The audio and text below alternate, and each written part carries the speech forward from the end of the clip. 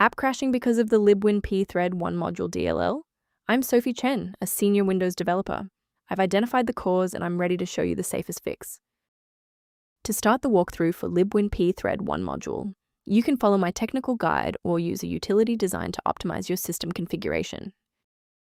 This is the libwinpthread-1 module, an implementation of the POSIX Threads, pthreads, standard for Windows, bridging the gap for applications ported from Linux. It manages localized multi-threading and thread synchronization primitives, mutex, semaphore. Missing versions cause fatal entry point not found, errors in open source video encoders, and scientific tools compiled via GCC. Understanding the file's role is a great start. Now let's look at replacing it. Since this involves a protected library, we should use the standard Windows repair protocol.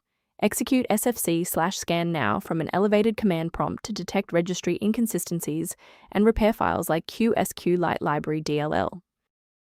If you're still finding yourself stuck after the reinstall, our next priority is to check for any active blocks in the system path. Performing a restart can determine if the error is just a transient environment glitch. A reboot refreshes your system's path variables and can sometimes re-establish a broken link to the libwinpthread-1 module file. Bookmark this video or click the like button now so that you have a shortcut back to this guide after your PC finishes restarting. Restarting doesn't always catch everything. If you're still having trouble, let's try this next step together. And if you need to pause the video, I'm not going anywhere. Rebooting didn't reconnect the runtime links, so let's go into the control panel and refresh the library files. First, go to Control Panel, then select Programs and Features. Second, find every Microsoft Visual C++ redistributable, 2005 through 2022.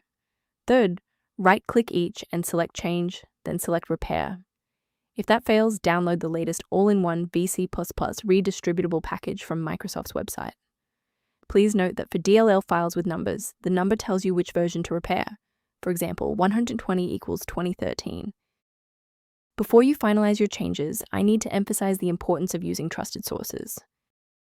Avoid the trap of unofficial file repositories for QSQ Library DLL, as these platforms are frequently utilized to distribute persistent browser hijackers and unwanted adware. Protect your workstation's long-term stability by utilizing a professional-grade diagnostic for routine environment checks. If you're managing system alerts or background maintenance tasks, the resource below offers general guidance related to libwinpthread-1 module.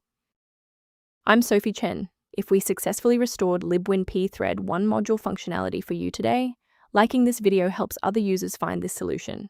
Subscribe for professional tech support